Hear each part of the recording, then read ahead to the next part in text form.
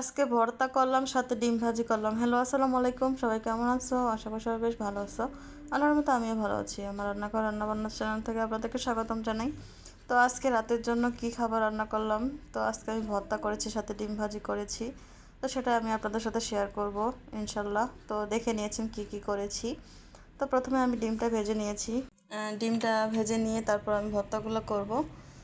তো প্রথমে ডিম ভাজি করে নিব, তারপর ভর্তাগুলো আমি সব কিছু রেডি করে নিয়েছি, সেই ভর্তাগুলো আমি করব। তো আজকে ডিটেলসে সব কিছু দেবো না, জাস্ট ভর্তাগুলো করা দেখাবো।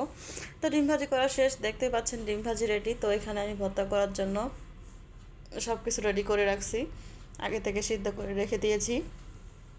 তো এখানে আমি শুকনো মরিচ নিয়ে নিলাম 3টা পরিমাণ। এখানে প্রথমে আমি আলু ভর্তাটা করে নিব। তো 3টা মরিচ দিয়েছি, যেহেতু মরিচগুলো অনেক বেশি ঝাল ছিল তাই অল্প করে দিয়েছি। তো পেঁয়াজ দিয়ে এখন এটা ভালো করে একটু মাখাই নিব।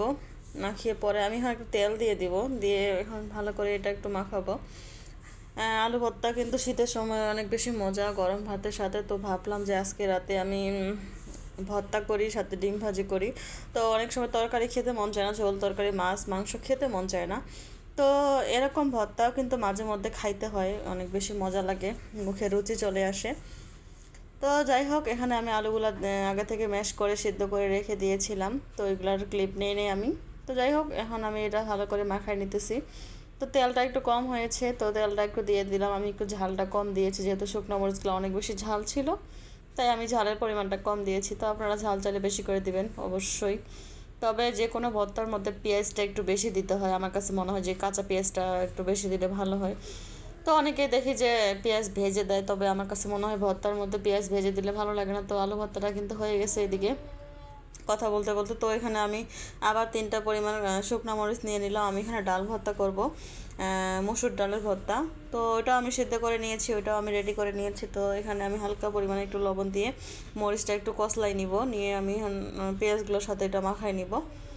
তো আজকে রাতে এগুলাই ভর্তা ভাজি, মানে ডিম ভাজি যাই হোক। তো এগুলা কিন্তু গরম ভাতের সাথে সেই স্বাদ ছিল, খাওয়ার পর তো অনেক বেশি মজা হয়েছিল। তো ভয়েস দেওয়ার সময় মনে হচ্ছে যে আবার এগুলো বানাই খাই এরকম লাগতেছে।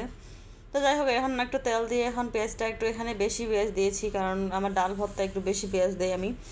তো এটা এখন ভালো করে মাখাই নিব। ভালো করে মাখানো হয়ে গেলে তারপর এখানে আমি ডালগুলো সিদ্ধ করা যে ডালগুলো ছিল সেগুলো আমি এখানে দিয়ে দিব।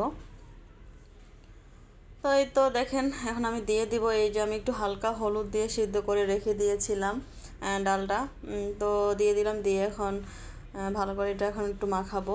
ডাল ভর্তা কিন্তু অনেক প্রিয় আমার, অনেক পছন্দের। তবে অনেক দিন পর আজকে বানালাম ডাল ভর্তা।